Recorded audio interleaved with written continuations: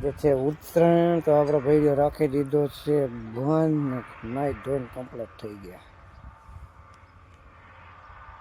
હાલો, કેમ છો? મજામાં ને મજામાં જ રહેવાનું. આપણા વિડીયો જોતા હોય મજામાં ન રહે.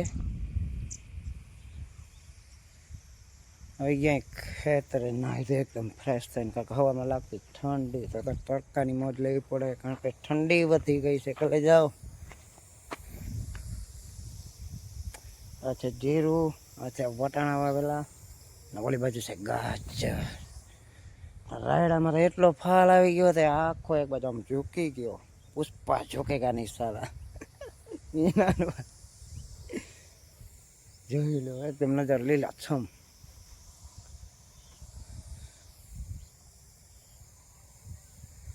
દંગડાનો ખટારો પડ્યો છો, લેવો હોય તો કહેજો કમેન્ટમાં. અત્યારે આજ છે ને પવન ઓછો છે, શાંત વાતાવરણ છે, કારણ કે છે ઉત્તરાયણ. આજે પવન ઓછો હોય તો પતંગ સરખા રીતે ચગાવી શકે ને. કાંક બહુ પવન હોય તો પતંગ ચગે નહીં, આમથી આમ ને આમથી આમ નીચે પડી જાય ને દોરા તૂટી જાય ને વગેરે વગેરે. તો આપણે તૈયાર થઈ ગયા. આજે જવાનું છે રાહુલ એટલે કે ઘરે, ને આપણો આજ કામ ધંધો બંધ રાખ્યો છે, કારણ કે બધાય મચ્છીના ગાડીના બધાના ટ્રેક્ટરના ડ્રાઈવર બધા આજ ઘરે પોતપોતાના. તો આજે પણ આપણે જવાનું છે ઘરે. તો બધું પ્લાન આખું બંધ જ પડ્યું છે. તો ચાલો જઈએ રાવલ. જઈ લો, મકર સંક્રાંતિના દિવસે જઈ લો. અમારું છે હનુમાનદાસ. રાવલ તો આમ ચેટું હે, 1 કિલોમીટર દૂર ચેટું થાય.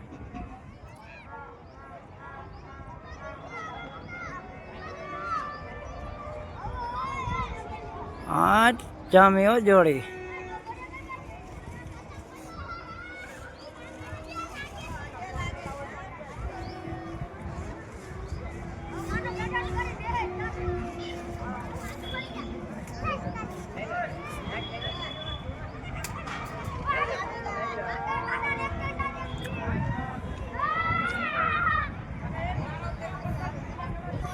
જ્યાં આપણા ભાઈ ને ભત્રીજા ને અમારી ઢીંગલી પણ અહીંયા પહોંચી ગઈ.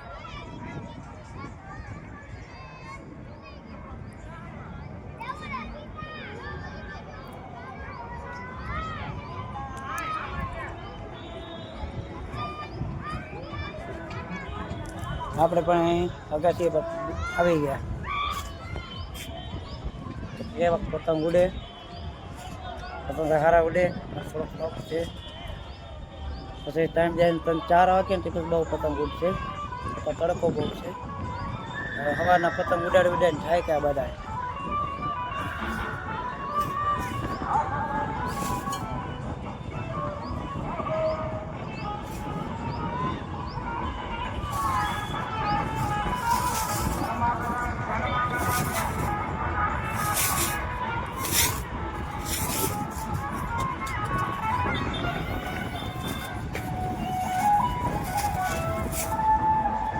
ઉડાડતા ના આવડે હું પતંગ ચગાવ ઉભી ગયો.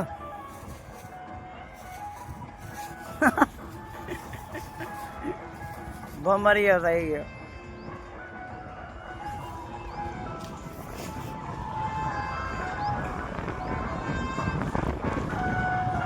આખો તારા બંધ દરવાજા ખોલ ખોલ ખોલ.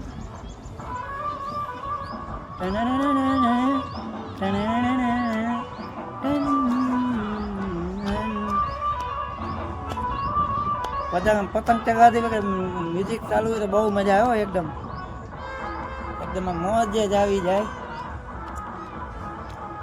અને એક જાતનો આનંદ આવી જાય. વાંચે ગાચે પતંગ ચગાવવાનો બહુ આનંદ આવે.